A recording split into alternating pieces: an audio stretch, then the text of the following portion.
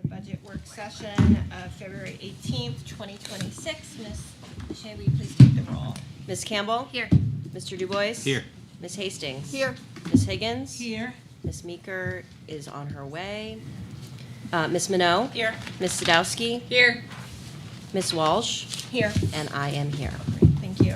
Tonight we are talking about student services budget. We have Ms. Mosca joining us remotely and a number of our educators involved in student services here as well. And Mr. Dunning, you're going to kick us off, or? Sure. Put the presentation up. You can see it online, so you're on. Okay, well, thank you, board members, for having us here this evening. I do want to thank the team that's here with me this evening to assist with our student services story. So, Jack, next slide. This is just for folks that are watching from home where they can find the information from this presentation this evening. Next, Jack. Okay, a little background information. So, when we speak to you this evening, we are talking about student services, which is the umbrella under which we have a variety of services we offer within the district. So under student services, we have special education, our multilingual learners, our preschool students, our 504 students, our out-of-district, our charter students, our homeless students, our foster and court place students. A little bit of this next slide is regarding special education process and our legal timelines. Special education functions under very stringent timelines, and so we start with the referral process. If a student is referred, we have 15 days to meet and convene as a team and to determine the disposition if a child is eligible, might have a disability. And then we get consent to evaluate. That's a 60-day timeline. We then, after those 60 days, meet with the family, determine if a child is eligible or not after the review of the evaluation. If they are, we then have 30 days to develop an IEP, and again, meet with the family to go over that IEP and get their consent. Then we have ongoing monitoring and an annual review yearly with a triennial every 3 years. Nothing in special ed can we do without parent consent and signature. A little bit of where I'm going next is around data and sort of a little bit of our story around the growth over the years, some due to our enrollment increase, more due to the greater complexity of students' needs, strengthened and identification and evaluation practices. So next slide talks a little bit, it gives you numbers. So and again, these numbers do fluctuate. Preschool right now is 126. Multilingual learners is 306. Students with disabilities, 808.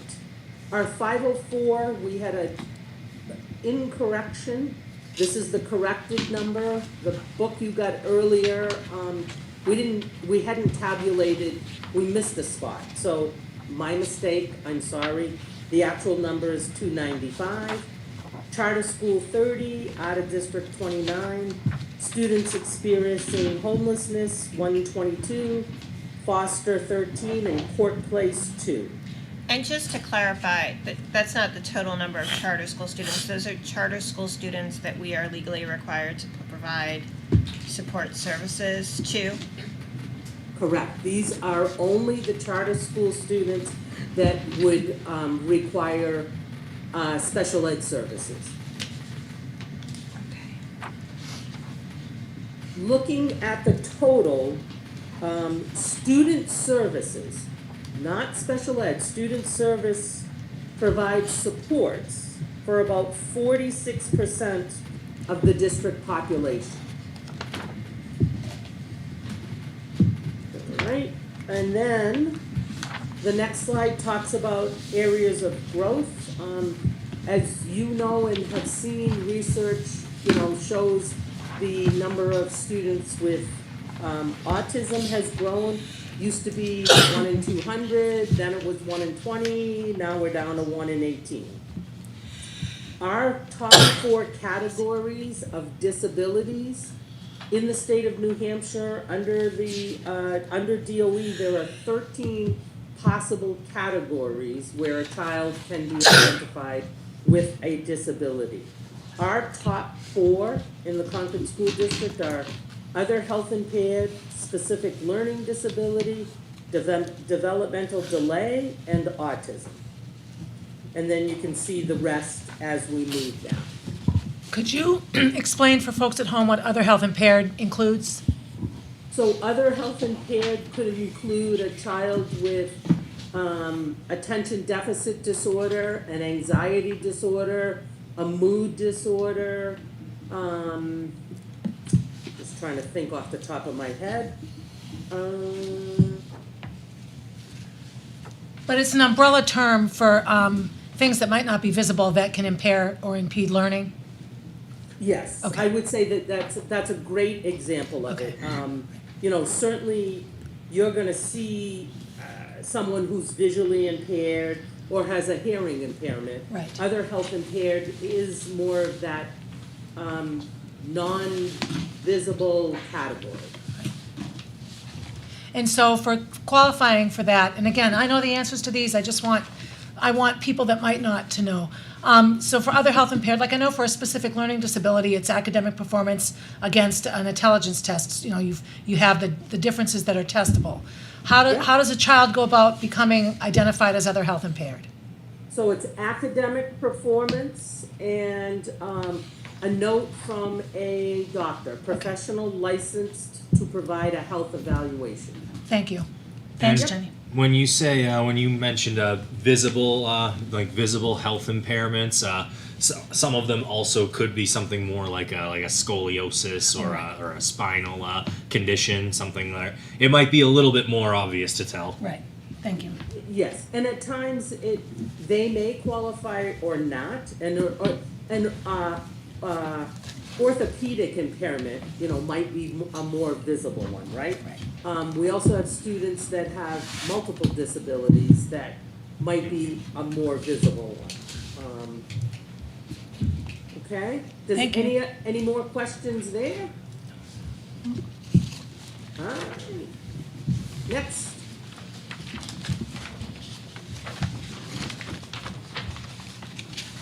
So, one of the things that folks asked about were our contracted service providers and the agencies we use. So as you can see, we contract for a variety of providers, from nursing to registered behavior technicians, RBTs, autism folks, board certified behavior analysis, our BCBAs, some educational assistants if we cannot hire our own and need to get some people in place.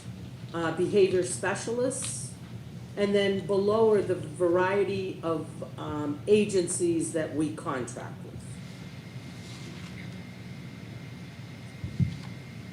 with. Okay.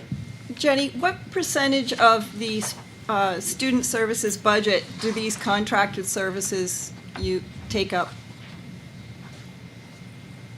Of the whole budget? Of the student services, yeah. Oh, of the student service budget.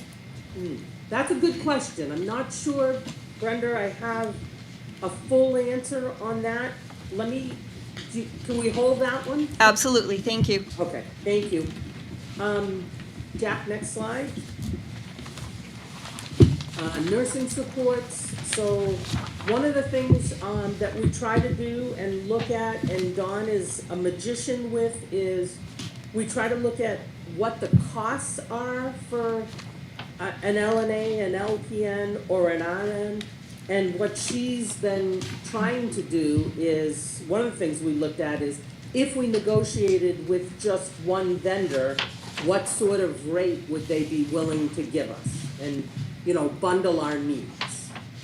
So, this slide talks a little bit about that. An LNA for next year would run us about $51.67, and an LPN would be 63.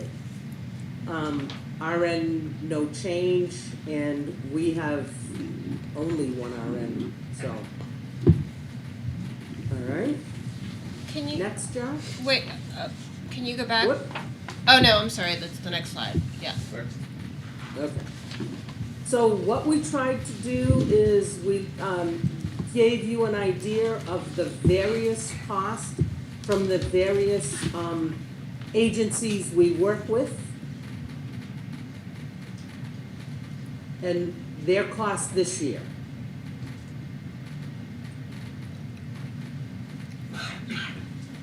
Any questions there, or? Ms. Manel? So are you expecting that these rates are in the next budget will be the rates you had on the previous slide?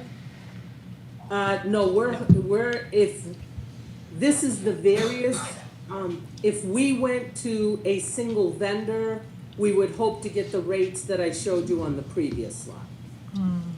As you can see here, this is, 1, 2, 3, 4 different, contracted service providers. So we haven't done a bid in the past to try and secure one vendor? We certainly can do that. But we haven't. No. Not that I'm aware of. Do we know which of these positions is an LNA versus an LPN? And I'm assuming the RN is the last one?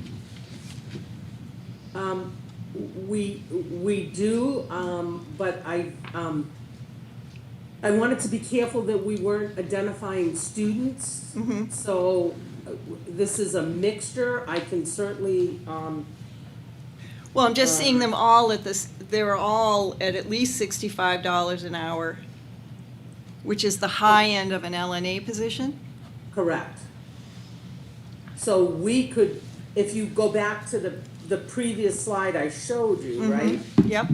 What we would try to do is, obviously there's a way to negotiate some of that. And are these numbers strictly in reference to wages, or is there like additional payments for the service included with that? No, strictly wages. Are there any other costs to the district of these contractor positions? We don't pay insurance, we don't pay any of that, the only So thing we pay. there's no other bills for the, so is it accurate that that there are 10 students receiving nursing services? Correct. Ms. Campbell? What are some of the risks we should be aware of if we do go towards single service or to one company? I'm sorry, I missed the question. If we do transition to a single provider, I should say, are there any potential risks from that? I don't think so. I believe, they're still gonna find us the most qualified person. And I think it'll actually strengthen our relationship, right? Because we're only dealing with one vendor versus 3 or 4 vendors. Okay. How do, Ms. Manel? I would think there would also be some savings on the admin, right? You're Correct. dealing with fewer invoices, you're dealing with less administrative of contracts.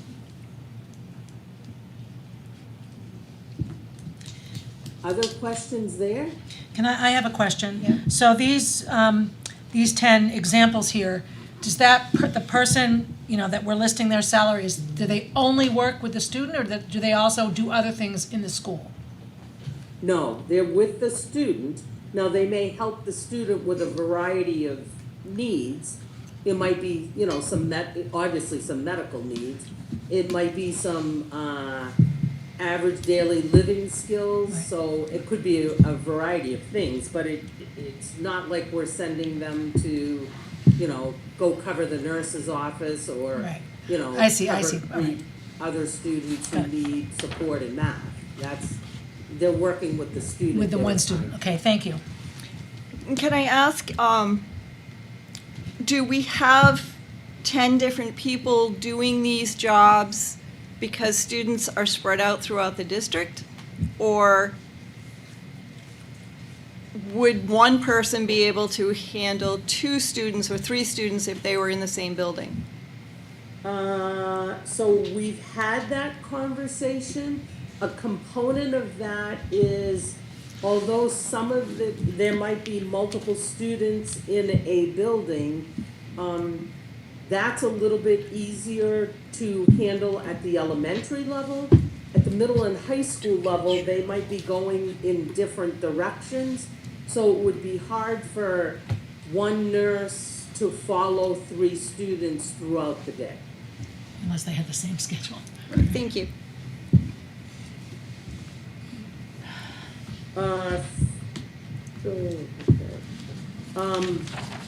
Any other questions there? Okay. I'm sorry, Jenny, I have a question. Sure. So do these numbers reflect extended school year? No, this is just for the regular school year. I Because noticed. not all of these students may attend ESY. Some do, some don't. So that's it. So the costs, when you broke down the hourly wage, it was for about 8.5 hours a day. Is that transportation? That's longer than the school day. So what is the extra 2 hours? It might be bus riding. Okay. It seems like an awful long bus ride too. I just would like to understand better, because, you know, I went and did 177 days. I don't know if I assume we're paying if the students are absent. No, No? we're not paying if the student is absent, Okay. because we don't have the nurse come in. And For some students, it's, bus riding to and from school. So like, looking at like, you know, just student one, it was 8.45 hours for 177 school days. So, and the same for student two. I didn't do every one. It seemed like it was breaking out to that average. So, so it just seems hard to believe that it's perfect attendance and it's 2 hours of transport every day. So I really want more of what we're paying for. Sure. Right, because Jenny, Further break that down for you.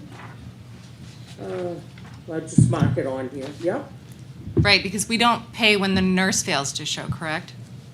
correct.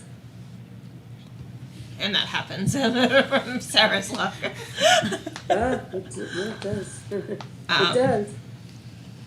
Okay, I can certainly get that for you. And do we know, or based on what we know now, are we expecting the same number of students to need nursing services next year? Understanding that people can move into the district and things like that, but based on what we know now. Based on what we know today, yes, this is accurate. So, has it been a change, just an increase in severity of need, or, you know, because one of the things I think we're struggling with is we were spending $18,000 a year on nursing services 5 years ago, and we're looking at $750,000 next year. So, how did we get there? So, from my understanding, because I wasn't here, but from my understanding is, pre-COVID, we had students who were receiving services from an EA to cover some of their needs. Since COVID, the complexity of a student's medical needs no longer could be covered under an EA, nor did EAs feel comfortable with that responsibility. So the shift became, as the child's medical needs grew with complexity, we needed to contract out for nursing services. So none of these 10 students were in the district 5 years ago? Half Or of their them- condition became much more Yeah, complex? half of them were not in the district 5 years ago. I would This is- say half of, or at least 4 of them, 4 were not. And I think as time went on and there are some students that had EAs, and again, it became a little bit more complex for an EA to cover the needs, and so we moved to an LNA type service. Are they truly I guess, is it truly medically needs versus EA, just more personal care services? So what we've asked for this past year is for the medical documentation from a doctor. And then again, each year, the IEP team meets and there's a discussion around, can Jenny continue maybe without these nursing services? Can she just rely on an EA, and then if, she needs some sort of care, we can go to the nurse? So those conversations happen each year. Some of these students have gone from requiring 2 nurses to only a nurse, and a nurse or an EA now just to a nurse, and hopefully the next shift is to an EA. So there's constant conversations around that each year at the IEP team meeting. Ms. Boucher? My question, I don't know, Jenny, if you're going to answer this in the subsequent slides here, but how has the rate of nursing services increased over the past years? Because I imagine that's a big component, The cost the cost. of nursing. So cost per nurse. Oh, Hourly, cost per yeah. nurse. Just like in That's- hospitals, I know the rates have increased for all contracted services. And I would say our ability to hire has probably increased as well. I can get that for you, like, what did an LNA cost us back in 2021 or 21-22? I can find that out. Thank you. I just imagine that's a big contributor as well. Yes. Do we document what nursing services are, or audit what nursing services are being provided? Yeah, those are in the IEP. Okay. No, but do we audit that? I know it's in the IEP, but are we checking that that's actually what's happening on a day-to-day basis? Yeah, certainly the LEAs are well aware of that, and the case managers are aware of that, and making sure that whatever the child needs, it does happen. And how much of this nursing services this year, or what percentage is being paid for by Medicaid? So if, I think I have a slide. You have a slide of how much we're eligible for. I want to know how much we're actually getting from this bucket, because there's a lot of components of it. Yeah. I don't know that I can give you an exact number of what we're getting. I mean, we constantly are making sure that our nursing staff in particular are filling out the logs and submitting those and making sure we have the appropriate documentation. The Medicaid process also encumbers the fact that we need to make sure the IEP is current. We need to make sure we have a parent consent. So some of what we can't claim from Medicaid is if a parent refuses to sign consent. And do we know, are any of those students do we not have consent for any of those students? I thought you said previously that if we don't have parent consent, we cannot provide any services. We can't No, bill for we them. cannot bill for Medicaid services. No, but before, Oh, in general special ed, correct. you In can't. general- If a parent special refuses ed. nursing services, you can't provide a service, That's a what I'm parent. saying. But Yes, this is a correct. difference, this is signing off from Medicaid. Or form. Yeah. There's a, Right, what yeah, Jenny's it's all referencing, signatures. there's a specific related services form that a parent would have to sign off on for us to do the Medicaid billing. Sometimes we do get those signatures, sometimes we don't. We can't make somebody sign it. It is to our benefit if they do. But we still have to provide services if they Yes, we do. So refuse? they can If say, it- yes, I want the nursing services, but no, I don't want you to bill Correct. Medicaid? Correct. That doesn't seem. So if we could get the numbers on that, that would be great, and the percentage of Medicaid we get reimbursed for nursing services, that would be great. Thank you. Percent of, nursing services from Medicaid, and then the consents around nursing, Just Just, to make sure I want to make sure I have a healthy perspective of this. If a parent chooses not to sign it, could there be a personal reason, or is it just they don't want to sign? Like, I just don't want to assume that they're not signing There's a it. variety of reasons. People sometimes don't understand. Okay. So there's nothing, like, there's no risk, that's my word of the night apparently, there's no risk for them to sign it, it's just potentially a misunderstanding It's or, like the free and reduced lunch, people don't wanna fill that Right. stuff out, it's embarrassing. Okay. Right.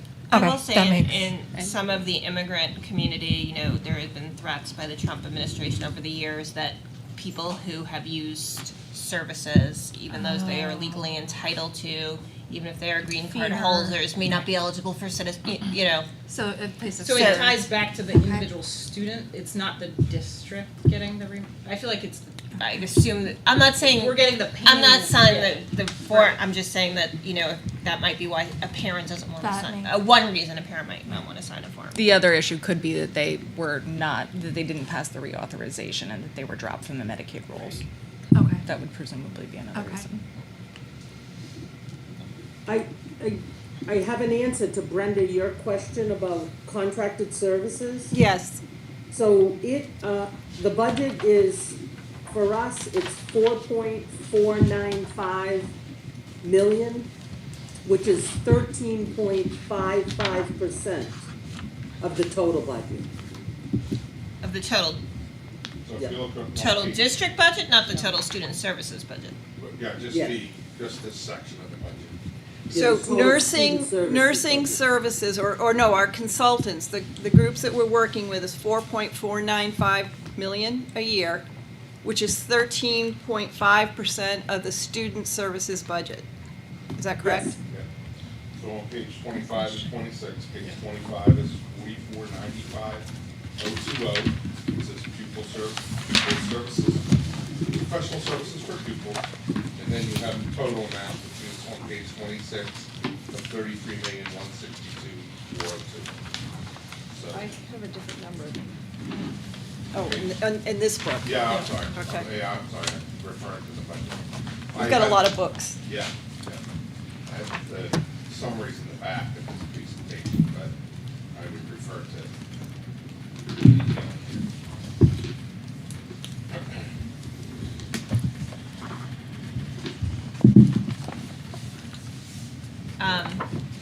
Can we move to the Yeah, next you can move slide? on to the next slide. Okay. So, one of the questions you asked was district cost versus contractor cost. You can see a comparison of what it would cost if we hired our own as opposed to continuing with a contracted person. And I are- think Jack said it best, with the note here. District cost is more fixed than contracted due to absences. Also, the district is committed to the staff member cost, for the year. Are these all in costs? So include FICA and health insurance and anything else, everything else? Yes. Correct. We have non-public, we'll talk more about that. can we get a breakdown by category of how many we contract versus how many we employ directly? And I think it would be good to see some history on that. So if we've been contracting out a certain number of EAs every year for the past 5 years and it's been pretty steady, then if we can find people to hire, that would be, or nurses, if it's, the LNA cost is pretty dramatic. Yes. So if we can guess how many we need, it might be worth the risk. Yep. So I think looking at some of that would be really helpful. Sure, we can do that. I noted that. Next, Jack? I'm so sorry. I have Yep, go ahead. No. It could just be me not mapping in my head. But page 12, so just to make sure I understand this correct. On page 12, we have the current contractor rates for nursing, and then if we, in the negotiated preferred vendor pricing, so 63 an hour. And when I look at this, never mind, I just answered my question. Never mind, we're good. Just need to talk out loud. Thanks, guys. We're good. Thanks, Jenny. What? Right there. Yes, thank you. All right, the next slide talks about student services, our contracted services, and we've given you the actuals for the past 4 years, and this year it obviously is projected because we're not at the end of the year yet. I can highlight some of the increases for you if you would like. Under the first one, there seems to have been a jump from 2023-24 to 24-25, and that was basically due to some students that had moved in after the budget was already developed, and we needed more supports in place that required the hiring of some RBTs. The next line shows a jump from 24-25 to this current year. And that jump was the addition of the OWLS program at one of our elementary schools, which also required some additional professional staff, BCBAs, autism specialists, and some RBTs in order to have the room functioning with the needs of the students in the room. Could you explain the OWLS program, Jenny? Sure, the OWLS program is our program for students with autism that are in the room. However, because a self-contained room is more of a restrictive environment, the hope and the goal, which will be shared later on in the slides when Mike speaks about Millbrook, is to get the kids out in the gen ed curriculum, gen ed classroom as much as possible. So with the supports, if they're not able to join the class for the day, we still have tier 1 instruction happening in the self-contained classroom. So with the professionals supporting the room, the kids are spending more of their day in the gen ed classroom versus the self-contained room. But if they need to be in there, given any day, the supports are there needed for them. Thank you. Jenny, can you Yep. explain to me The- what the components are that doubled the cost for a year? So the components are the BCBA support, the behavior person, the autism specialist, and the RBTs in the room supporting the students. Didn't we have those positions prior to this program? We did not have the program. We had some of those positions, but not all of them. We had an autism specialist. We had people to work with these students. So I guess I'm not understanding what drove the doubling of the cost in a year. Again, so the autism, is Mike right there? Yes. Can I step up? Yes, please do. Sure.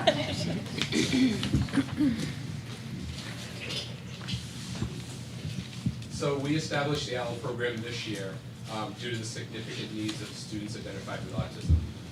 Millbrook currently, in just K to second grade, over 30% of our caseload is students with autism. So we created and established this program to support their needs in the classroom because we feel all students can access Tier 1 instruction with the supports and modifications in place. So this is my third year here. We now have 22 students K to second grade that are identified with autism at Millbrook School. DOE allows 12 students within a program, so we have 11 current students in the program. We are, with the support staff that is in place, we have a special education teacher that oversees the program. We have a BCBA that is there 3 days a week to support the behavioral needs and implement behavior plans. We have the EAs that are supporting the students one-to-one within their classroom setting. And we also have a program assistant that was added for the program to be established that is supporting students within the classroom as well as in the OWL program when needed. With those students being in the classroom, we have also has support from our AAC specialists in the district. Could you tell us what that is? AAC. So AAC is a communication device that allows students that are nonverbal to have a voice. And so we give them this access as soon as possible for the students that are nonverbal so that they can communicate, because if they can't communicate, we've noticed obviously there's a lot more dysregulation of students. Our program is actually set up for the OWL program for all students that are nonverbal using AAC at this time.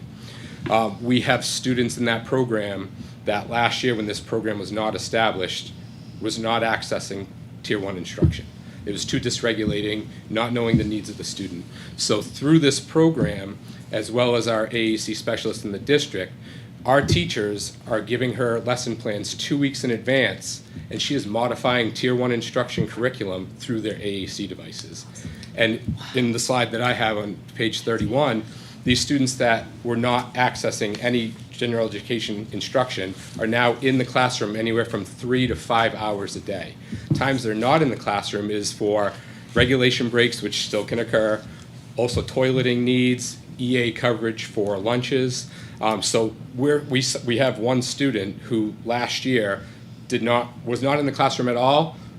If you continued without this type of program, that student may be looking at an out-of-district placement because we can't meet their needs. We have now, through this AAC modification of Tier 1 instruction, they have shown that they know every single letter and letter identification and letter sounds, and are now typing sentences on their AAC device. So that's the establishment of this program that we currently have in place.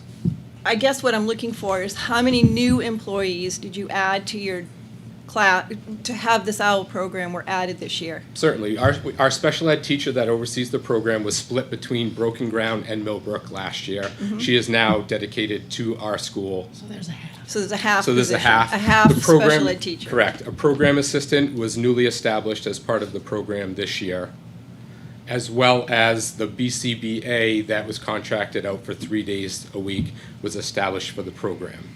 Okay, and those 3 positions, along with some other parts of like maybe the room that you, and furniture and stuff like that, is $500,000. I don't think that's not all of, I don't think the OWL program is established. So this is contracted services too, so it wouldn't be district staff. Are you just serving Millbrook students? We are just serving Millbrook because Correct. of the needs that we saw within our building, having that many students identified with autism. Now, obviously, those will fluctuate, and there's a possibility down the road that we said this could become a district program. But as of right now, Millbrook serves all of those students because of the needs in our schools. And how many students did you have last year in the on the autism spectrum versus this year? We have 22 this year. I believe we had 11 or 12 last year. So you doubled the number. Correct, and the numbers students. projecting up for even next year. are significant as well. We do see a decrease in the 3-year-olds that are in our preschool coming up in 2 years, but next year looks just as significant. And we're only sending 4 over to Broken Ground next year. Our biggest population is our K population this year, which has 5 students in the program. So, Jenny, I think it would be helpful for the contracted services to get a greater detailed breakdown of what is in each of these buckets and what is driving the cost increase, particularly on the second elementary. I'm not sure what the difference is between the first elementary line and the second elementary line, but that's, that one, the middle school. And what high school extras are, because it was $182,000 last year, but we're budgeting $900 for this year, so. Yeah, so the middle and high school increases are due to the agency we're using this year. That agency has higher rates. And then the only other one I can speak to is 3R. Back in 23-24, they did a needs assessment of the program and noted that they needed a higher level of support, of professional support in the program to again create success for those students. If we could just get more of a breakdown, I mean, this is a 250% budget increase in 5 years. Sure. So that's, Yeah. we need. Yeah, we can do more of a breakdown for you under each of those. And Ms. then Minot. there's another 1.1 million in professional services for pupils in the budget for this year that is not shown here, and so I'm wondering what that is covering. Right, Jack, is that the second start? in the budget book, it's 3.849370, and here the total is 2.673. So there's another 1.1 million in account 632300 that I assume is for professional contracted services. That's not shown here. That's about the right amount for second students. Sorry, you're talking. On page 25 of the Yep. budget, Yeah, what you're seeing is- 632300, for this Yep. fiscal year, it's 3.8 million. Yep, and you're seeing the And here it's 4495. 2.6 million. Yep, So I'm wondering what else is in, yep, we'll get you what that is. It's actually, More to come. Yep, and then much more. Okay. it's actually 4.49 Yeah, for for next year. 27. 427, but that's, Yeah, here we're so- just saying yeah. 25, 26. Yeah, so. And it's even more, yes, for the next fiscal year. We can get you that information as well. Okay. Next is McKinney-Vento students. Erin, if you want to come up? I'm here. Okay, perfect. All right, so this sheet breaks down in the past 3 years that I've held this position as the district homeless coordinator. We have seen a pretty significant spike in our students that have been deemed eligible under the McKinney-Vento Federal Law Act, which is our federal legal obligation to provide continuous education without disruption. I would say right now it says 122, but I can tell you that at 3 p.m. today I was notified of 2 more students. So this is an ever-growing number that the city and the district is working to support. We saw a significant increase from January 5th through January 16th. Those 2 weeks, we saw an increase of 25 new students. Without giving, out specific detailed information, I can share that many of the families that we had identified within those 2 weeks came from other states across the country, whether they were fleeing domestic violence, whether they were coming back to Concord to find some stability. There's a wide range of reasons that families are experiencing this. But I can say that our social workers, home to school liaisons, and myself do a significant amount of wraparound. That includes daily tracking and communications with every family. I have a few families right now that are in a different hotel every single night. And that work and conversation is making sure that they have what they need to access their school day. In addition to communicating with families, I'm communicating with districts of which that they are now staying. If they're in a hotel in Manchester, or if they're in a motel in Franklin, I'm making those connections and seeking cost share for the transportation costs to ensure that their best interests, whether they remain here in Concord or they enroll in their new neighborhood catchment. So out of the numbers that we have up here, I can say that 95 of those children are what we would be considered doubled up. So they are with family, they are with friends. That is not considered safe, adequate, reliable. Some have only one bathroom and there's 12 people in the apartment. 24 of these children are in our local shelters. I have 6 that are displaced between hotels and motels, and 4 are unaccompanied youth. Our social worker team, we work tirelessly to wrap around these families, to give them all that they need to be successful, with the hopes and end goal that they find permanency and stability. I'm sure there's a lot of assumptions out there with regards to homelessness. This is not a unique to Concord situation. These numbers are very underreported if you look at state and nationwide data. But that is, these are our numbers right now. Next slide. Thank you. This is very important work. And as we get to the budget discussion, and we have a very difficult budget this year, I don't want it to be seen as that we don't support or value the work you're doing. We're just trying to figure out how to pay for it. Yep, and to be transparent with you guys, these are the conversations. They're really difficult and tough conversations to have with families if they are displaced out of Concord and they end up in Exeter. You know, I have those conversations of, that's a lot of window time for a kiddo to be in a car to come to school. But ultimately, under this law, we have to support parent choice to the best of our ability. So I just want to make sure that the board knows that those difficult and very challenging conversations are taking place. Just so I understand, according to the law, when does a school district sort of become responsible, and at what point does that responsibility end? When they, so you said like people, families were moving from out of state, Mm-hmm.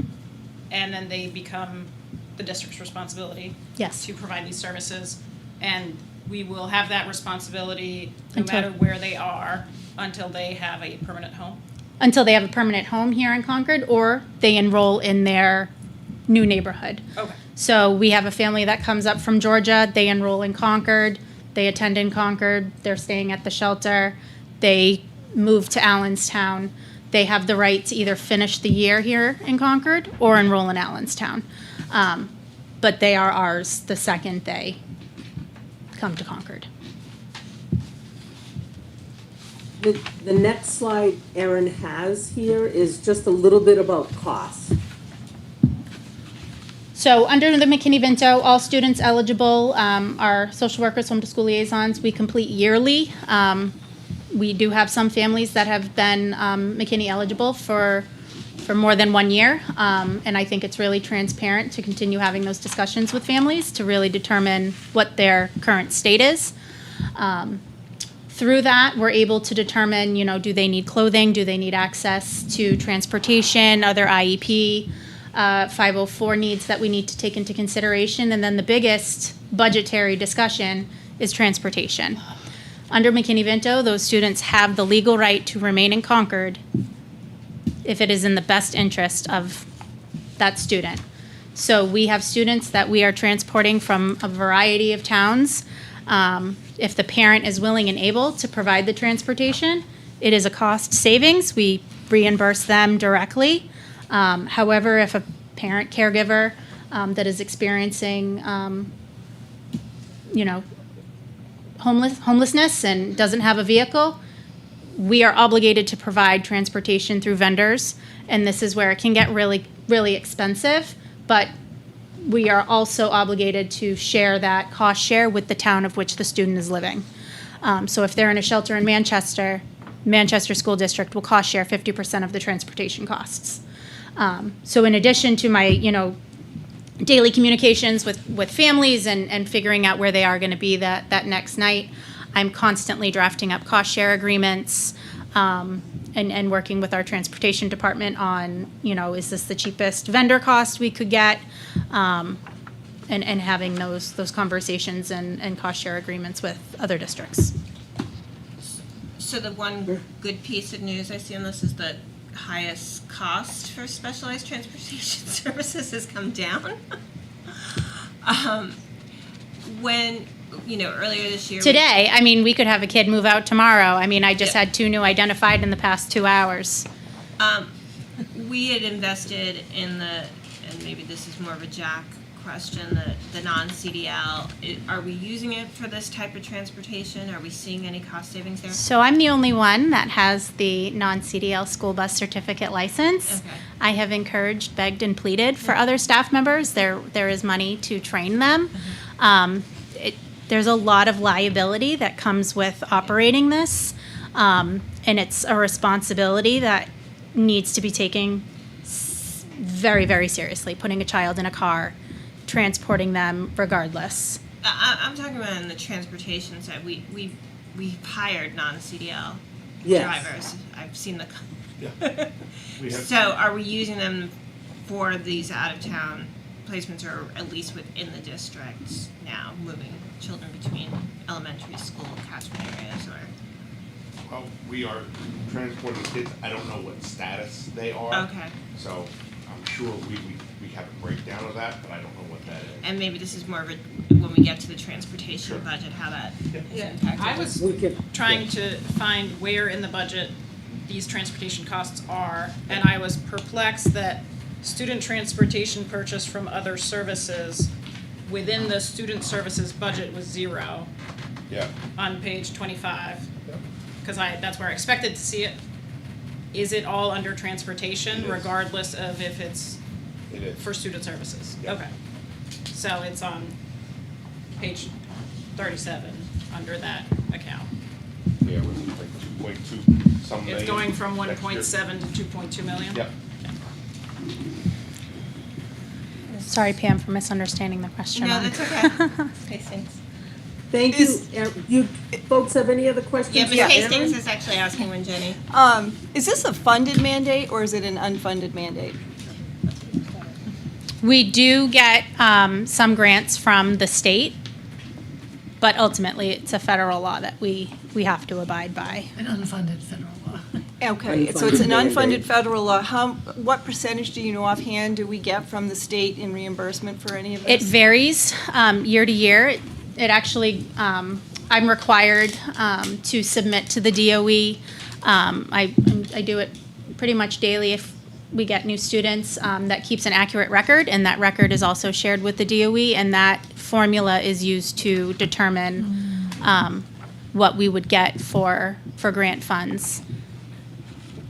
But you don't know offhand what percentage we were at last year or I don't. this year so far? For the grant funds, the only piece I know that we use for Title I, we have 25,000 earmarked out of Title I to pay this, and we pay the cost share portion to another district. So if we're liable for a district that we're splitting it with, we use Title I funds, and I know there's 25 So at the grand. most You know, right now, it's 25,000. That's all that I'm aware of at the moment, yeah. Okay. When we get to transportation, it would be good to break out the transportation by sort of service type, whether it's in-district homeless, whether it's out-of-district placements, Yeah. out-of-district, just, Sure. that would be great. Other questions? All right, Jenny. Thank you, Erin. Mm-hmm. Next, Thank you. on the slide, we're going to out-of-district placements. Next slide, Jack. So this is, the past 5 years of out-of-district costs for, placements in-state, and at times when we cannot find an in-state placement, we do have to look, in other states. So this is some of our students that are also placed in Massachusetts. Currently, our in-district cost may go up anywhere from 3 to 5% a year. In-state and out-of-state can go up anywhere from 5 to 14%. Are these tuition numbers per student, or are they cumulative?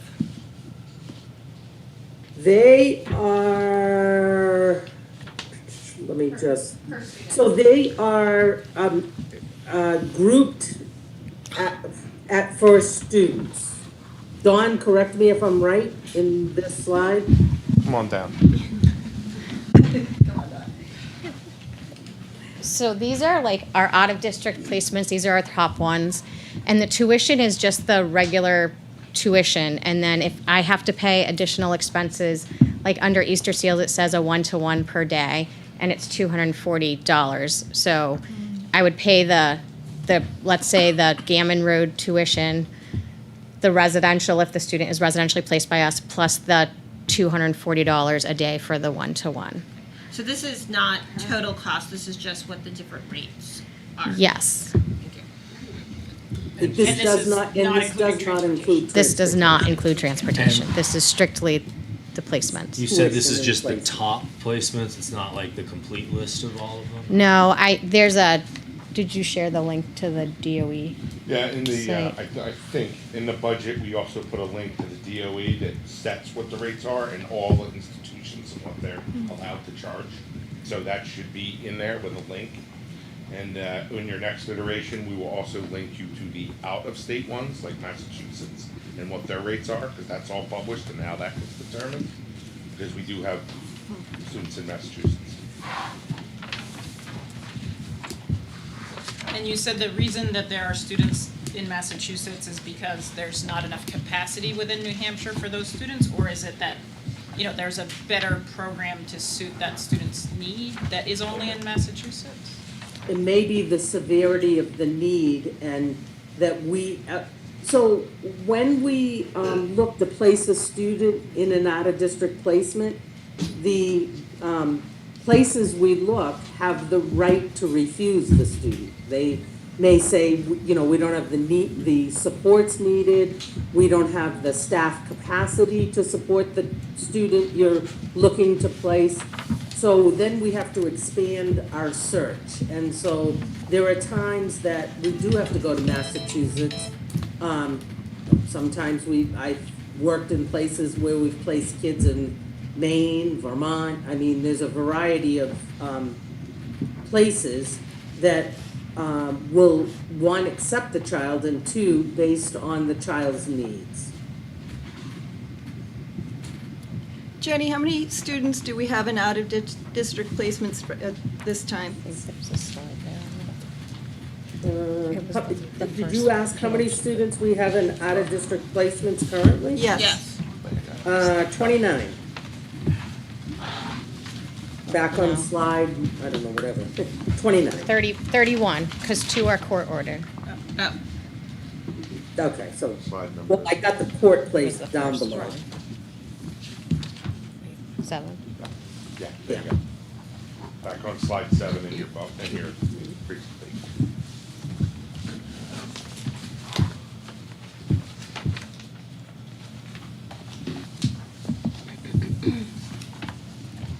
Other questions on the first?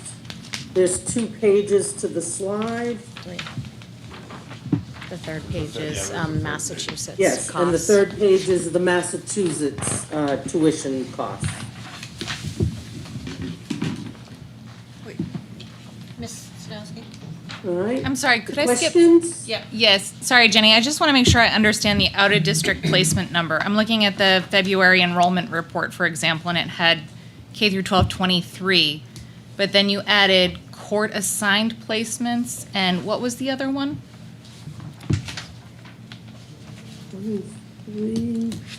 I'm sorry, I don't have that in front of me. Could include. It could include foster. We do have foster students. Some could be placed at one of these, but some could also just be placed in another town. number wouldn't add up either. And that, we are still the LEA for those students. And there's 13 of those right now. I'm sorry, Dawn, could you say that to me one more time? So if a student is foster placed in another town, we're still the district of liability, we're still the LEA, and we're still responsible fiscally for all of the special ed services that student gets. So that's 13 additional. They're not necessarily in these placements, but that could be what that number. You're saying that some of those foster students could be in district placements? Yes. Or if they were in a different town, it would count as out of district, because we still have to provide their special ed. So It's like when a kid's at a charter school and we still have to pay. It would be good to understand what the distinctions are so that the numbers all match, because, it's hard when we're looking at multiple I will break numbers. that out more for you. Thank you. Yeah. And it could be from our reporting earlier that some kids have also now moved from one out-of-district placement to another, or may not be placed at the moment because they weren't successful where we placed them. So they might be in a tutoring situation until we get them into another placement. But that number would still be reflected in the out-of-district placement, correct? No, if they're not there, we wouldn't count them. So they would be a student, for lack of a better term, that we would have in limbo, that we're just tutoring right now until another placement is identified. Jenny, they would be in an interim placement until another placement's identified, correct? An interim placement usually involves the district providing tutoring services in their academic areas, as well as any related services that were obligated per the IEP. And where does that cost show up in these counts? I think it's the Related question. services and tutoring services. Yeah. Okay, thank you. It could show up under tutoring, right? The problem is, it doesn't seem like those numbers are lining up, right? Yeah, so, Okay. At least from the We- last board. We'll double check those, certainly for you. thank you. Yep. And I will add, just from the last board booklet, we have our homeless numbers that have gone up. That could have something to do with it. We talked about the foster care court ordered, as well as students who were in district in-house in our schools who the IEP team may have also decided not a district placement was appropriate. So you have various, go ahead. Oh, I'm wondering about medically complex students who might be receiving home services, for example, would be reflected in the tutoring line item you're It saying? would be reflected in the That related makes sense to services me. or tutoring. Yep. Thank you. So there's all these different avenues in which a student may be counted somewhere else a month ago, but in the next report that comes out, all of a sudden you see the inflation in another area. It's because of all these different avenues that come together to create that out of district or home services, in that case, related services. Thank you, Tim. Okay, next, 504s. Is Fern still here? I know she had enough. Still here. Hi there. Fern Seiden, Director of Student Staff Wellness, and I'm just here to talk a little bit about 504s. I have to go very quickly after this to the CMS PTO meeting, so I don't have a lot of data on how much 504s are costing the district. Honestly, typically 504s are a mandate that we provide accommodations, and they don't cost a great deal of money.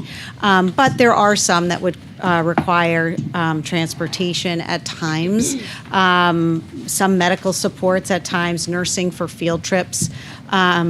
Those could be built into needs for 504 plans. Anything that gets into specialized instruction that would include contracted services, typically if that's more complex than, say, articulation concerns that affect learning, typically that moves into the special ed realm. But I was surprised just doing the numbers for this, and these are numbers also that are constantly increasing. So don't, this is like today, a snapshot, but already they've increased. We have 295 504s right now. 263 of them are for mental health disorders. That's an important note because 263 kids is basically, just to give you a frame of reference, that's like the entire grade two and across the whole district is 266 kids. So this is just to emphasize and remember that mental health really is the ability to have this like skills and coping skills for readiness to learn. And so those kids are having an impact, and need a lot of support and take up our staff are working really hard to provide the accommodations that they need, and the learning opportunities that they need so they can keep growing and developing in our schools in a positive way and to get the education that they need. So the next slide that I have is, I just wanted to point out, this should have said national numbers, but this was just to show a little bit. This is from the CDC. I just wanted to, given these numbers that you just saw, and how high they are in our district of kids with these kinds of needs that are not identified under special ed, this is kind of where they pan out nationally in terms of the kind of disorders that we're seeing and that might require specialized instruction through an IEP or a 504 through accommodations.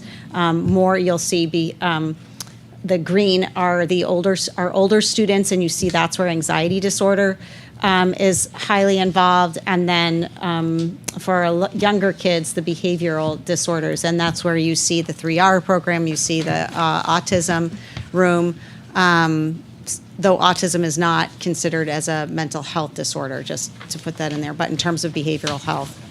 The next slide, I just wanted to, though this is not something that you need to think about from a budgetary standpoint, this is just to kind of put some context around what we're doing to hopefully really provide some strong prevention work in the district, understanding that we're here, that all students in special education are Tier 1 and Tier 2 students as well, and they get all of their needs met across the tiers.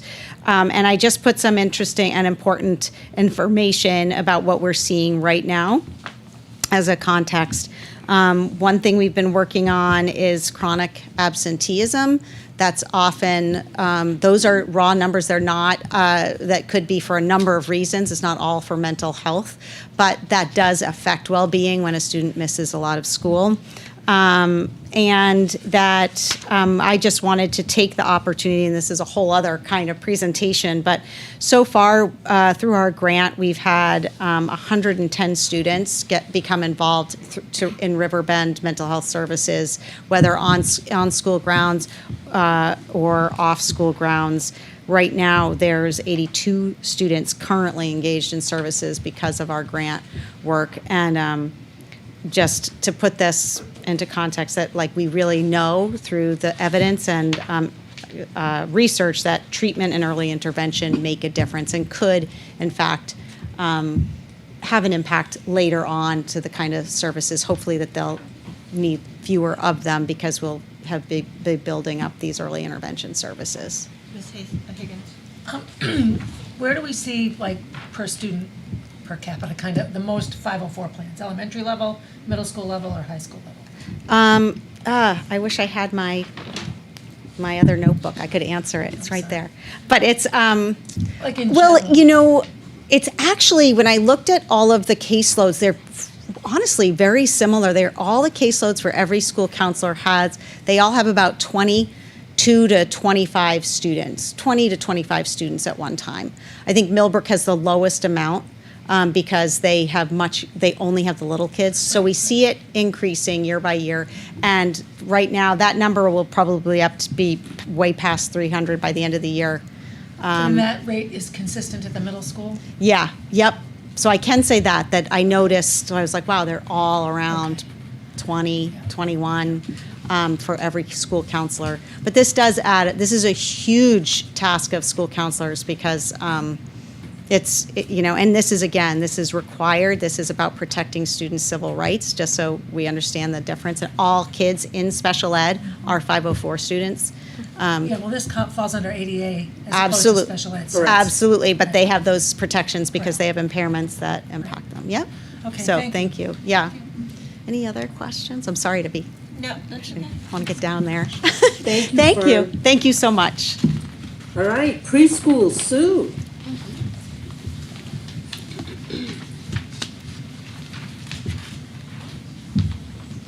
Hi, everyone. Here to talk about our preschool program, and as you know, preschool is really typically the first connection that we have with young families in our community. We have many families that reach out to us, and we're responsible for connecting with these families to support them with early support services. DCYF may reach out, physicians, counselors, mental health providers, child development clinics, and our role is to give families and students the most support that they can to get them kindergarten ready for our support systems. Currently, as the preschool coordinator, I've already connected with more than 160 families just here in the Concord community since the start of the school year. We have many families that are struggling with being able to enroll their children into public preschools or daycares due to, could be cost, also due to social emotional needs and services that they need in order for them to be successful in a program. What we do is I work very closely with AIR and CARE in our early childhood section so that we're able to go into area daycares, preschools, and kind of do an intervention prior to it becoming a referral so that we can help support daycare providers and families in order to give them the support they need for their children so that it doesn't go right to a special education referral and enrolling in our program. So what we really want to do is get that best foot forward and support these young families. Currently, we still have already had 67 referrals just in our preschool program since the start of the school year. We've completed 43 of them and identified 54% of the children that we've identified. Of those 67 referrals, they may not have all gone to evaluations because we also are responsible for screening those children in all of the areas to see if evaluations are indeed warranted. Through those evaluations, currently in our program as of today, 24% of our children are identified with autism. We have 43% with developmental delays. Now that could be anywhere ranging from school participation, for example. In preschool, if they're not able to participate with their peers in public places, we do identify them in the areas of, could be sensory regulation, occupational therapy, physical therapies, academics, many areas. So because they're still so young, we use the umbrella of developmental delay, saying this is a little kiddo who needs some extra support and we're here to help support them. 23% of our population do have some type of communication need, and 10% are that other health impaired that we were referring to. Typically, our number is lower with the other health impaired because we also use developmental delay when it comes to those mental health needs. So that's kind of where we're at regarding our preschool program. Next slide. Sue, I just wanted to say thank you so much. I'm so impressed with your identified and the fact you put 54%. The fact that we're not getting 100% referred is just such a testament to the work you're doing to get out and do those completed evals. Thank you. I Thank appreciate you. that. So you can see our preschool population, just a little longitudinal data from 2021-22 school year and where our programs are. Our population back in 21-22, we had 101 students enrolled in our program. To when you look at 2025-26 school year, this is as of today, we already currently have 125 children in our program. This is not including the referrals that we haven't completed, as well as children that move in. So you can tell from here that our enrollment continues to increase. We have very high classroom populations, and we have not increased our related services in any of the years since 2021-22. So our staff are still working on providing services for all of these children with the same number of staff since the 2021-22 program. We've added preschool teachers, I believe. we added teachers in the last budget. We've added one teacher, but when we come to providing speech, occupational therapy, physical I just want to be therapy. clear, we've added. Right, related, you can see in my related slide there, it service. says in related service Yep. staff. In that area, we've not, so we've been working on making sure students are provided services to the best of our ability. Are we still purchasing slots at any area daycares? We have purchased slots, however, we don't pay for those slots unless we fill those slots. So we hold slots in area communities. Mary Stuart Giles, we have slots, YMCA, also Head Start. We don't pay for Head Start, obviously. We provide services at Head Start. Currently with our enrollment, 4 or 5 years ago, we would place children that have just communication needs in those locations.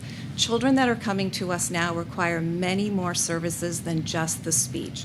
They need that school participation, that sensory dysregulation, all of those needs, and that's difficult for us to place outside of our community preschools simply because it's not efficient for our service providers to be traveling in all those locations. Other questions for Sue? Thank you. Thanks, Sue. The next few slides are just some samplings of what's going on at all of our schools. So it's not comprehensive of all schools, just a sampling for you. Mike already talked about, what? You're ahead of me there, slow down. Nancy there. You want to go back one more? Oh, yeah, Just sorry, yeah. Mike can talk about just any other questions about the OWLS program. I think you touched upon this, Mike. Any other questions? Any other questions? So this is new this year. This is established this year, yes, and it's approved from the DOE this year. Was there a comment program at CMS too? Yes, there Here, I'll come up. Now I really will come up. All right, now it's the life of a case manager. Hi, I'm Morgan Halleck. I'm the Acting Student Services Coordinator over at Krista McAuliffe. We do have a COMET program, which is also new this year, and that is working with students with high intensity needs in different areas, not just one area, and that program is established but definitely still developing. We're really excited about it. But I kind of took a snapshot of a case manager. So a case manager is the person who delivers the academic services, does the reading intervention, the math intervention. But the reason that they're not just the special educator is because they are a case manager. They manage the entire IEP program for a child. They collaborate with the related services, the classroom teachers, the UAs. They do so much more than just teaching in their small little space. If you've ever been to Krista McAuliffe, they're small little spaces. They're doing more than that really fun teaching part, which is definitely everyone's favorite. So this is kind of a snapshot. We've had 12 referrals this year that went to testing. We've had 10 initial IEPs from those 12 referrals that went to testing. And we've had 13 triennial reevaluations, which is the same process pretty much as a referral, all the testing that you do. But we have to do that by law every 3 years for a student to continue their support, their identification in special ed, or to graduate them out of special education. And we had, with that, 57 annual IEPs. I broke down how much time you spend between meetings, the paperwork, the testing, the report writing, for each of those areas. So it takes about 13 hours for a referral meeting, from that initial referral meeting with a parent to the paperwork that goes after to the testing this is just the testing that the case manager does. Then they have to compile all the testing from all the testers, put it all together, give it to the parent, then have that meeting and run that, then do all those meeting minutes and all that paperwork from that meeting. And then it's if the student is identified, that goes to an initial IEP, which then they write, which takes about 4 hours. The triennial evaluation, again, it's a lot of those meetings, it's the testing, it's the paperwork.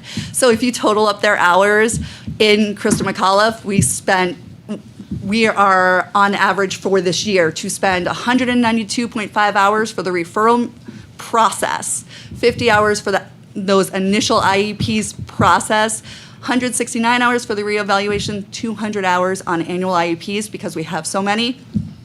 I wanted to point out that this year this is all between 5 case managers. So 5 case managers for this on progress for this total year will spend 611.5 hours on the paperwork and the meetings and the testing, not On teaching. not on their teaching, not on their services, not on their plan prepping for those services. And another number that goes along with that is that in a week at CMS, we do 376 academic services. That's 376 reading groups, math groups, school participation, executive functioning groups, all done with one-to-one or in small groups in and out of the classroom. So those are just kind of some numbers, and although there's no monetary point to this, it is the people and the amount that they do in the short amount of school week and the amount that they have to do behind the scenes that we don't always think about, that adds up into the day, and the more that adds up, the more people we need, and that's kind of where it ties back into the budget. Thank you. You're welcome. Any questions? Thank you. Thank you. Brittany?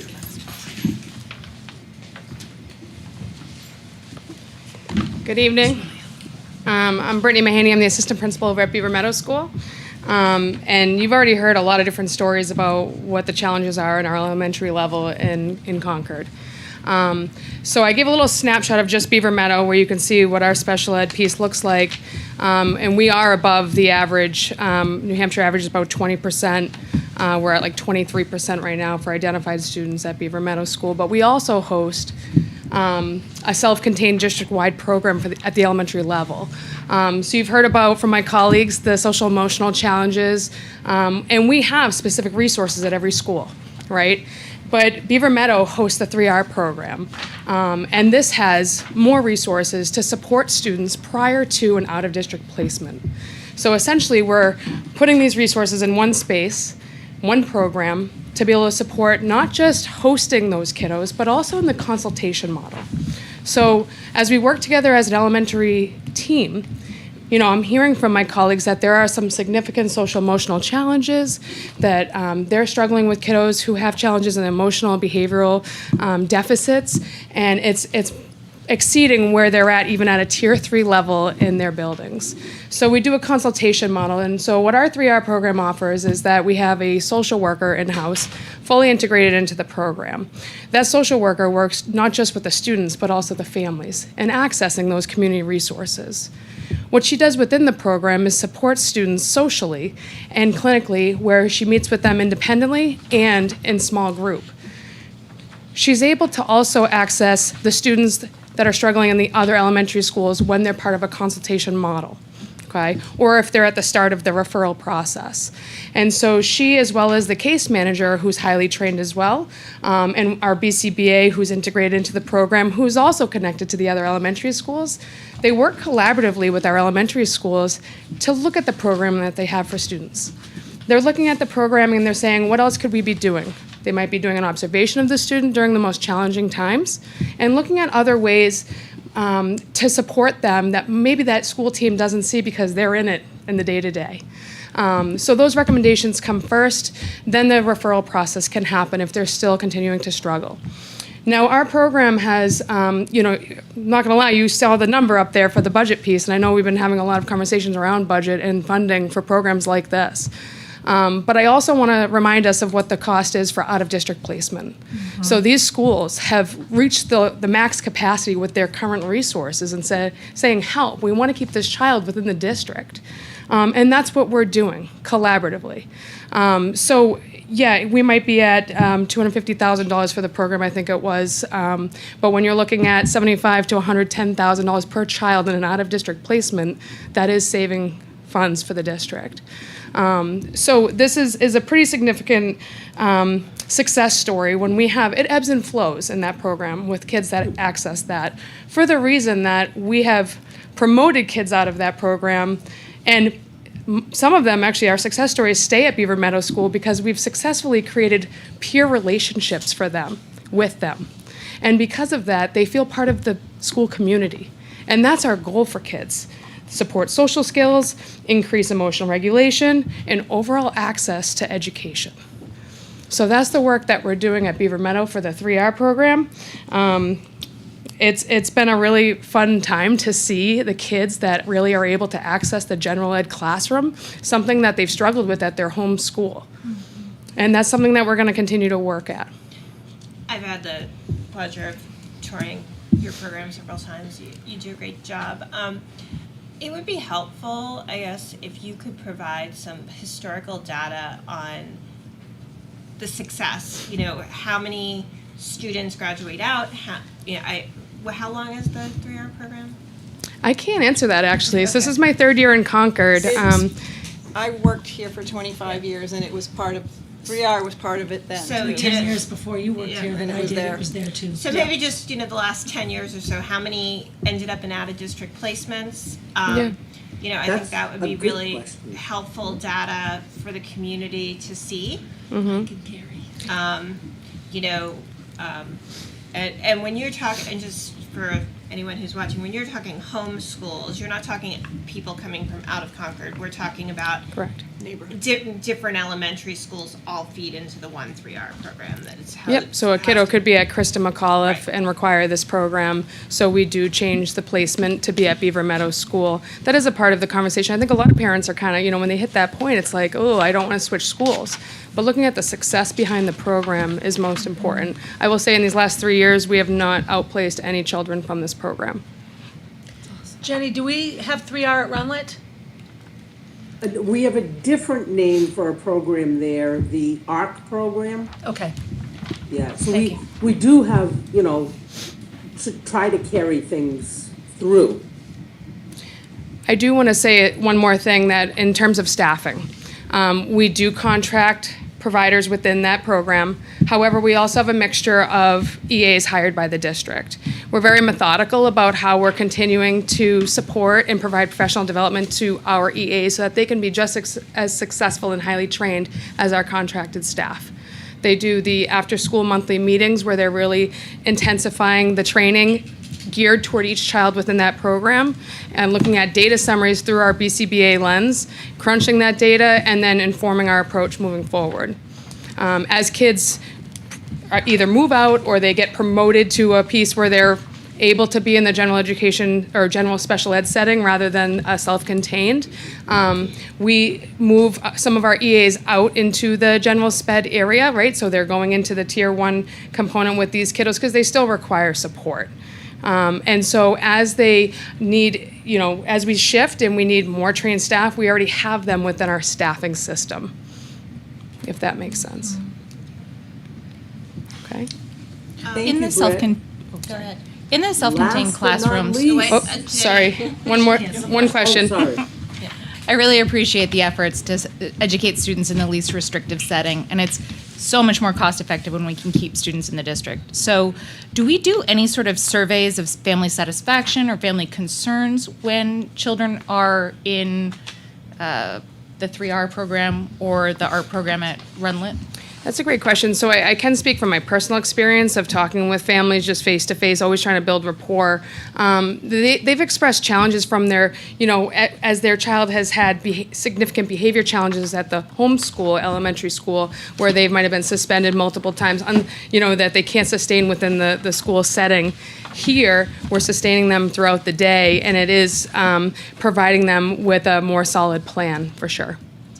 But no family surveys? No, not at this time. So we do a special ed survey that goes out each year as one of our indicators, but it's not specific to programs. It's just about a parent's happiness or dissatisfaction with special ed process and all of that. It isn't specific to schools, just in general. More generalized. Right. So that's something, though, that we can take into account for sure. But you play such an important role in a parent's formative experiences, and making sure that they have a positive elementary school experience increases the likelihood we'll be able to retain that student in district. So thank you. Yeah, thanks.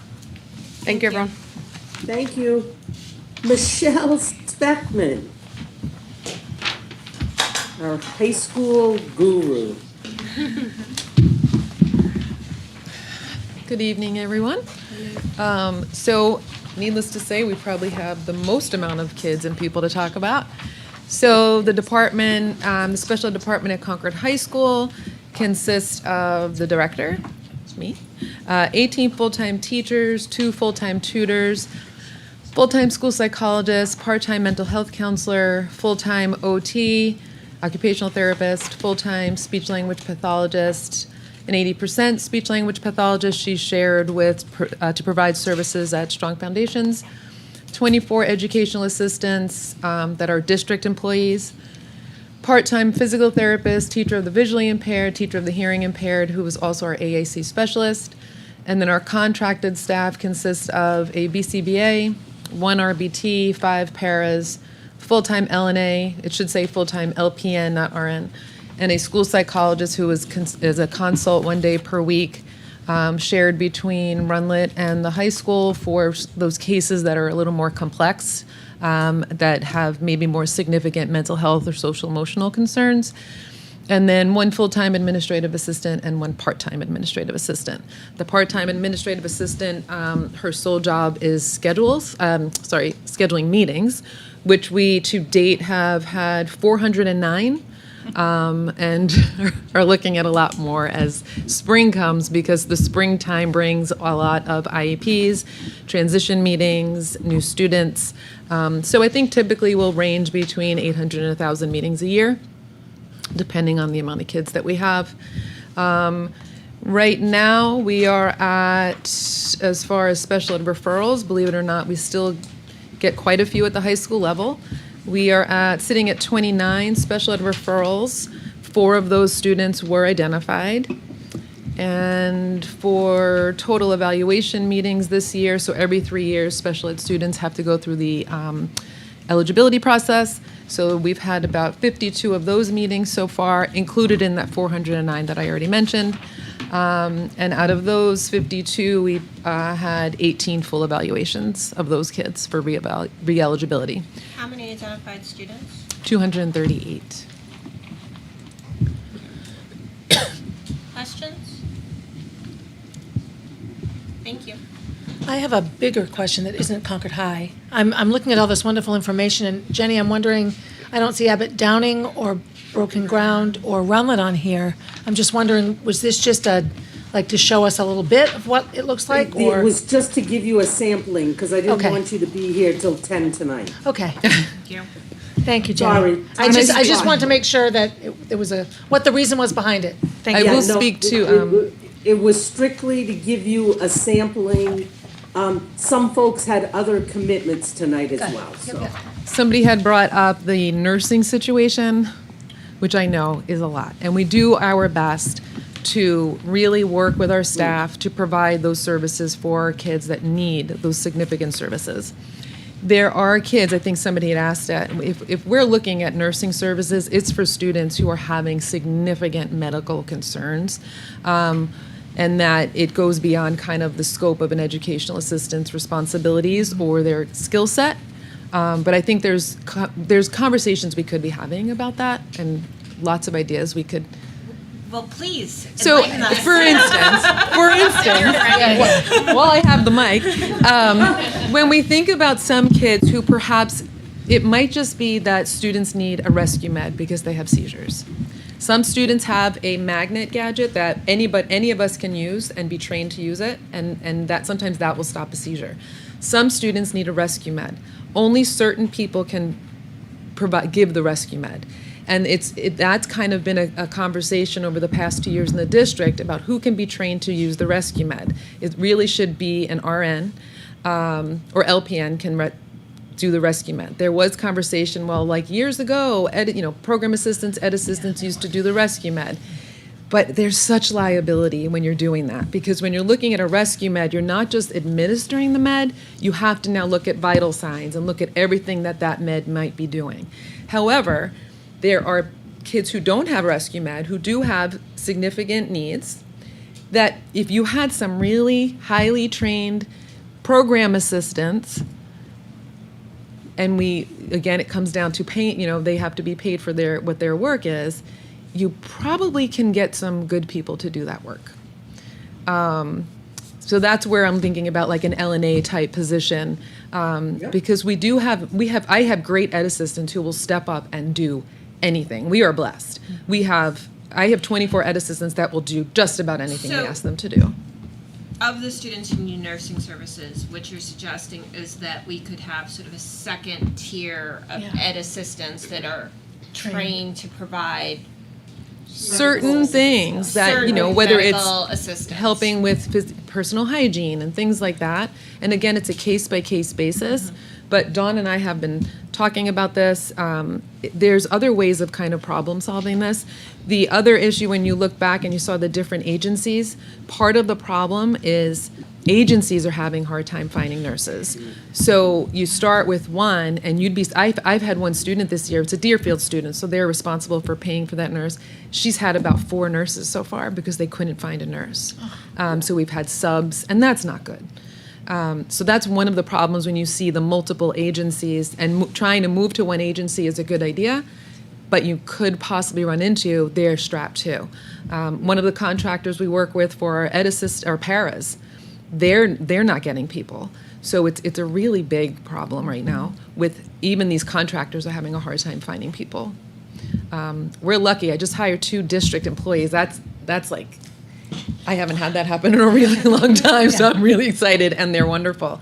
So anyway, I have tons of ideas. We can talk. But the other thing I would love to tell you is I would love for anybody on the board to please come and visit and just see what a day in the life is like. Because it's so easy to provide the PowerPoints and give you the information, but it would be really good to just come and see what we do, what our staff does, and I think the staff would really appreciate it. We have some really great people working in Concord who are doing such great work with our most, fragile, wonderful population, especially because there's going to be new positions next year that need to be filled, pretty big positions. So I think if you came out and just so you have an idea and a lens through when you're meeting with these new possible candidates for these positions, you have an idea of, okay, this is what it takes to do it. Thank you. Yeah, thank you. Yeah, and please Thanks, send Michelle. all your ideas. I will. We've been following up with her. When you said the example of the need to administer a medication in case of seizure. Or during a seizure. During a seizure, my first reaction isn't like we have school nurses. Is this just like way beyond what is? Do you need someone right there, ready to do it at all times? Not for or a is this student just- that maybe a seizure happens. I have a student who has a seizure maybe once every few months. Right. But I have a student who has a seizure, she could have 3 in a day. Right. Or, 5 in a week.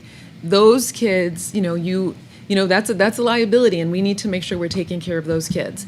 In addition, there's the bus ride, and who's going to help monitor if that seizure happens on the bus ride. I'm not talking about, a seizure every few months or small seizures. Like, we've had some pretty scary, a few scary events this year, and that's not something I want on my watch to happen. Right. So So it's it is more it's than the regular school nurses can handle because of the frequency and the Right. need Yes. and the demand. Yep. Okay. Yep. A day in the life of a school nurse would be a good field trip, too. That would be good. Jenny, Yes? you can go on, I think. Oh, next steps, okay, my last 2 slides here. Thanks, Michelle. So next steps, certainly, we're looking to possibly look at reduce our reliance on contracted providers. Look to see how we can improve service consistency for students. Strengthen our in-folks and our in-depth capacity and look at long-term costs to control. And we continue to look, and we will continue to look at internal review of all services within IEPs for potential savings. So those were some of the next steps that we've come up with. And then the last 2 slides were the slides that Jack had shared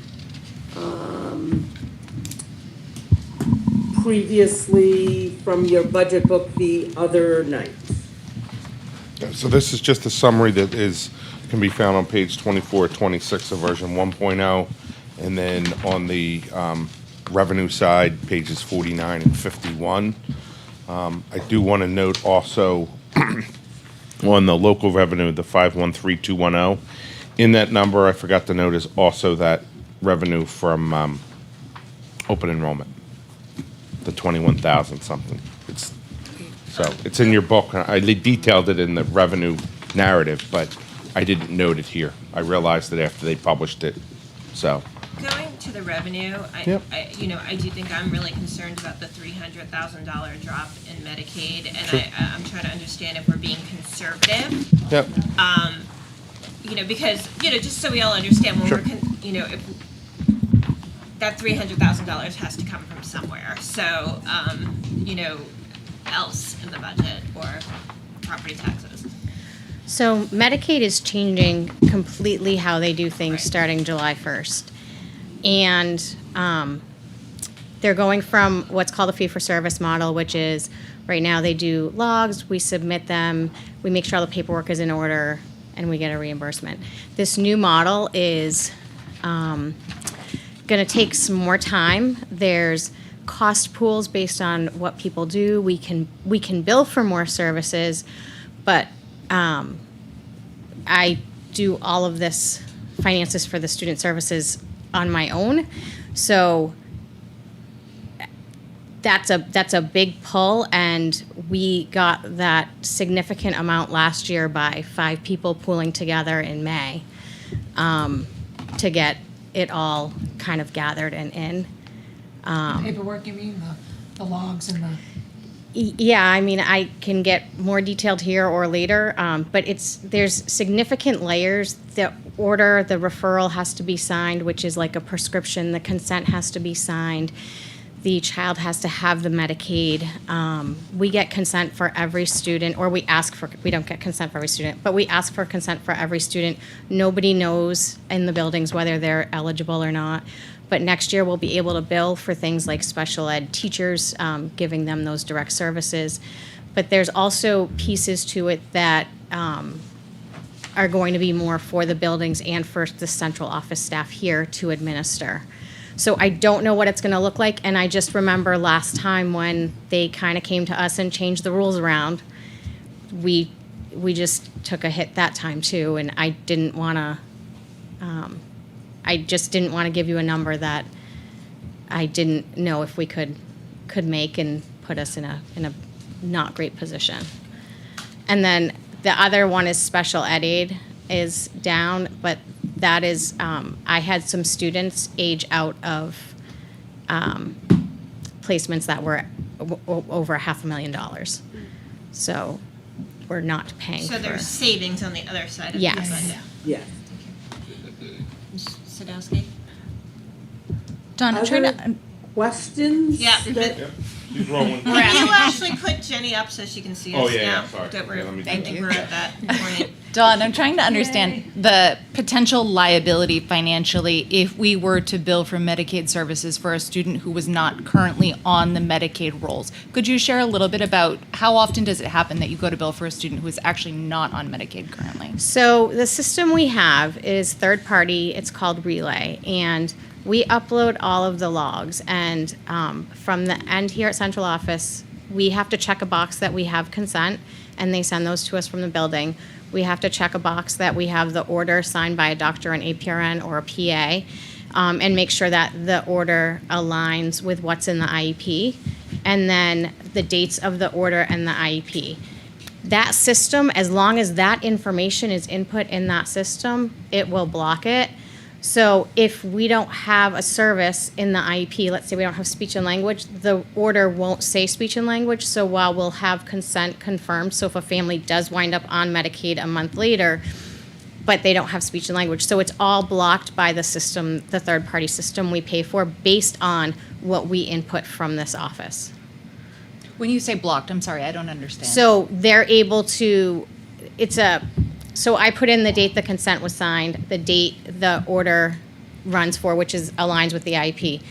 If I have a student in there that I don't have an order for because they don't get Medicaid billable services or they don't have a Medicaid number, the system stops it from getting billed to DHHS. Okay, so there is no risk then. No. There would be no penalty on that. How long is the look back that the doctor needs to sign? Like how long ago could the doctor have signed the note? We can go back a year. I have to get it signed every year. Yeah. So we have a company that I can send it to get signature if we have speech and language paths and OTs that can sign for. So it depends on what the level is, depends on if I have to send it out to that company to be signed. Thank you. Ms. Bennett?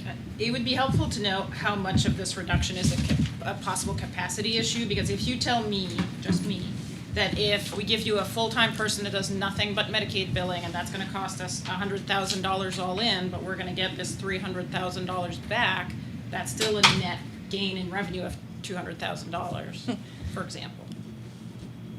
Plus, the right entity is paying for it. Because I want to net, I'm looking for net revenue here. This is like a birthday cake now. I love this. Because I'm looking for net revenue. If it's gonna cost us $100,000 to get $300,000, So okay, that's what I wanted to know.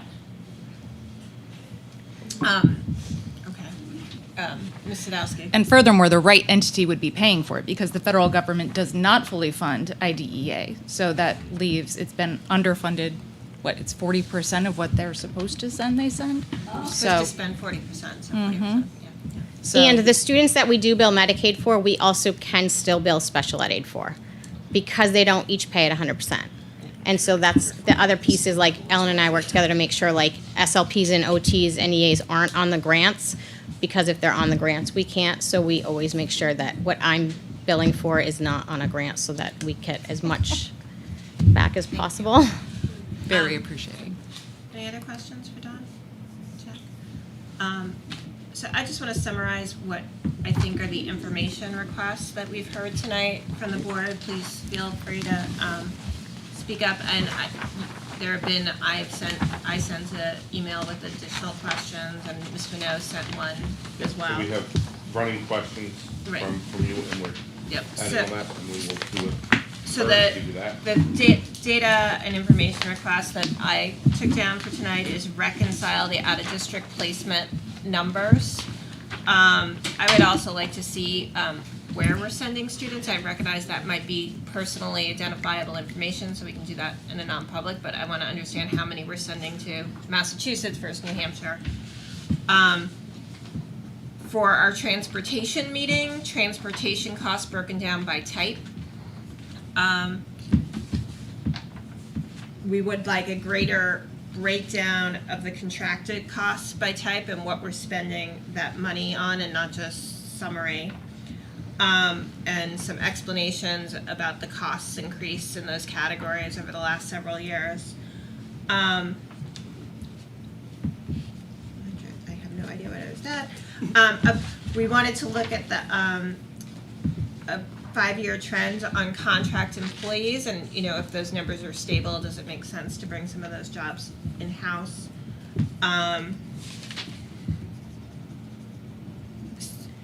Nursing services, an explanation of the hours instead of the things like that. 504 plans broken down by elementary, middle, and high. That's what I have. Historic data on 3R, and we'll throw in ARC there too in terms of success.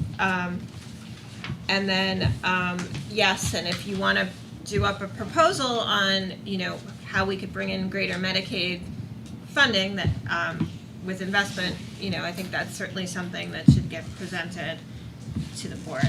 Did I miss anybody's request for information? Okay.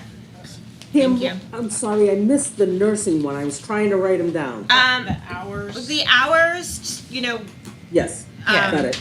Yep.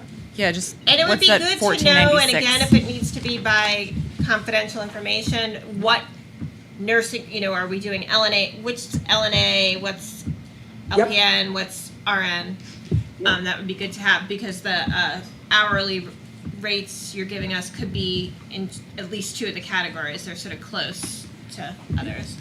Jenny, if you're willing to also give us an average, these are all presumably medically complex kids who have attendance challenges at times. So if we could get kind of what the attendance rates for this cohort receiving services is, that would be helpful as Yep. well.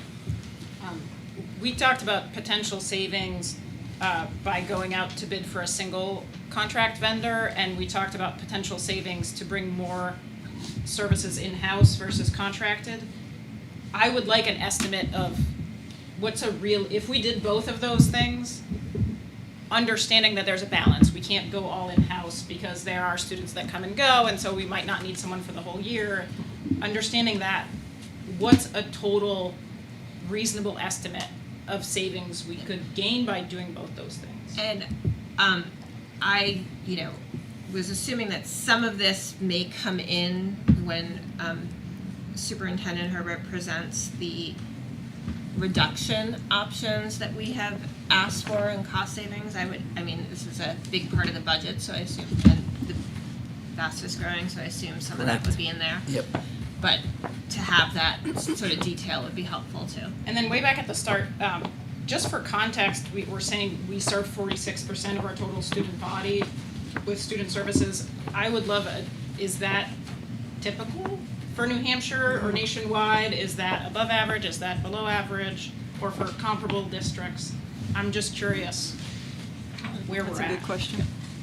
And why? Is it our kids or move-ins? Well, I think we also have, when you look at the full range of student services, we probably have, more multi-language learners. That's why I said compared to a yeah, similar, yeah. I know all districts are different and unique, but. Yes.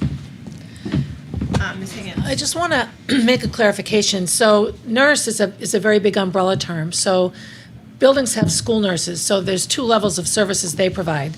The Band-Aids in a baggie service where the kids come down because they have a tummy ache because they don't like math, or they want to call their mom, or they need a cough drop, right? Hours and hours every day of that. And that's different at a middle school level and a high school level. The things they're asking for might be different. And then there's the kids that aren't necessarily identified in any special services. Lots and lots of type 1 diabetics who don't need, they have insulin all the time, but that can be managed by the school nurse. So sometimes it's easy for people to assume, well, if there's a school nurse there, what about these kinds of things? And I remember a couple of years back, Kathleen had a formula, and it was a certain number of students equaled one nurse. But a diabetic student equals 5 students. So even though that student isn't under special services, you have to add 4 students to your total school population for that nurse. It was fascinating to me how much goes into that. And I remember years ago teaching at Walker, we actually shared a school nurse, and we had nursing assistants that were perhaps LNAs, they had some medical background, and the nurse would go back and forth and back and forth. That was a long. So yes, nursing prices have skyrocketed, but so too has liabilities, so too have salaries, so too have what schools are expected to do for kids. So I just wanted to, anyone listening at home, not necessarily anyone here, although maybe if you don't have a lot of understanding with school nurses, 2 very different things. You have your daily visitors, and then you have your complex kids that aren't under this umbrella, and then you have these nurses. So it's the word nurse can be vague, I guess is all I'm trying to say. Barb, you raise an excellent point. This is a generation of children that would not have lived if we didn't have the advancements in the pediatric intensive care units and that sort of thing. It's kind of the same reason we're seeing these big jumps in insurance costs. It all kind of stems back from the same thing. Yeah. Huge advancements in healthcare. Yep. Any additional questions for this evening? It's a lot of data. Seeing none, I'm going to move for a brief non-public to discuss a matter that if discussed in public would be detrimental to the reputation of an individual that is not a member of the board. I'll leave that. Is there a second? Second. Second by Ms. Minot. Yes, I'll see it. That's actually one of the exceptions. The way you have to read it. Thank you, Jenny. Can we just take a brief roll call and we'll take a break, a couple-minute break? I'll do this short. Ms. Campbell? Where's Tim? Mr. DuBois? Yes. Ms. Hastings? Yes. Ms. Higgins? Ms. Meeker? Yep. Ms. Minot? Ms. Sadowski? Ms. Walsh? I am a yes. Let's take a 2-minute break. I don't think it's long. I just want to give people a chance to ask any questions they have about it. You're not allowed to go there, though.